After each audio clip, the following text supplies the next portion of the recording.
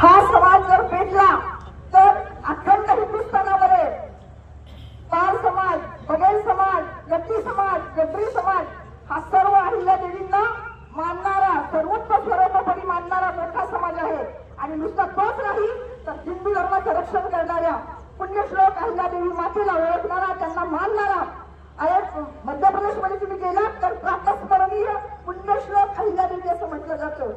पेशवे काय म्हणायचे? अहिल्यादेवीचा उल्लेख गंगाधर निर्मल मातोश्री असा उल्लेख करायचे. तर एवढा तुम्ही आदर दाखवता तर सर्वांनीच, सर्व जाती धर्मातील लोक या याच्यामध्ये सामील होतील. आजच माझ्या ताईने सांगितलं, कल्याणी ताईने, की आम्ही सुनेत्रा बहिणींच्याकडे पण जाऊ. आपल्या सर्वांच्या भूमिका स्पष्ट आहे. अजितदादांना विरोध करायचं कारण काहीच नाहीये. अजितदादांनीच, गोविंदजी म्हणाले की हा नाव हे जे आहे अतिशय चांगल्या पद्धतीने देण्याचा रोड त्यांनी प्रयत्न केला आणि तो चांगला त्याला न्याय पण दिला. निश्चितच भविष्यामध्ये त्यांनी हे काम पुढे केलं असतं. मग त्यांचं पण इच्छा होती की पुढे रुग्णालयाला नाव द्यायचं. तर ते नाव त्यांना देता नाही जरी आला त्यांच्या हयातीमध्ये, तरी सुद्धा त्यांना मुळीच त्यांचा जो अपमान आहे, अपमान कोणाकोणाचा करतोय आपण? हा ज्यांचं नाव द्यायचं चाललंय त्यांचाच पुन्हा अपमान करतोय. पुण्यश्लोक अहिल्यादेवी किंवा होळकर घराण्याने या भारतवर्षामध्ये लोकहिताची इतकी कामं केलेली आहेत आणि स्वतःच्या पैशाने केलेली आहेत. त्यांनी आजपर्यंत कुठे नावाचा त्रास केला का? अहिल्यादेवीने कुठे त्रास केला नाही. कितीतरी मंदिरांचे काय काय केले हे मी सांगत नाही.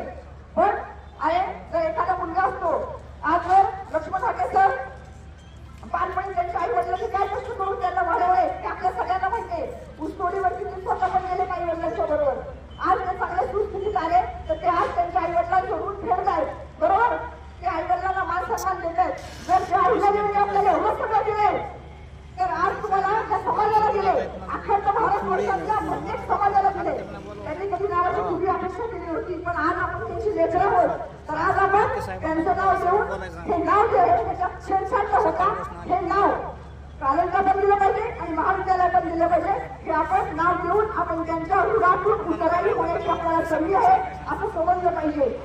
आणि या ठिकाणी जाहीर करते की कल्याणी ताई असेल आणि महाराष्ट्रामधील अखंड महाराष्ट्रामधील असणाऱ्या राजकीय सामाजिक चळवळीकडे काम करणाऱ्या महिलांना एकत्र घेऊन सुनेत्रा बहिणी असतील, त्यानंतर मुख्यमंत्री देवेंद्रजी फडणवीस असतील आणि शिंदे साहेब असतील उपमुख्यमंत्री, यांना आम्ही सर्वांच्या वतीनं महाराष्ट्रातून किमान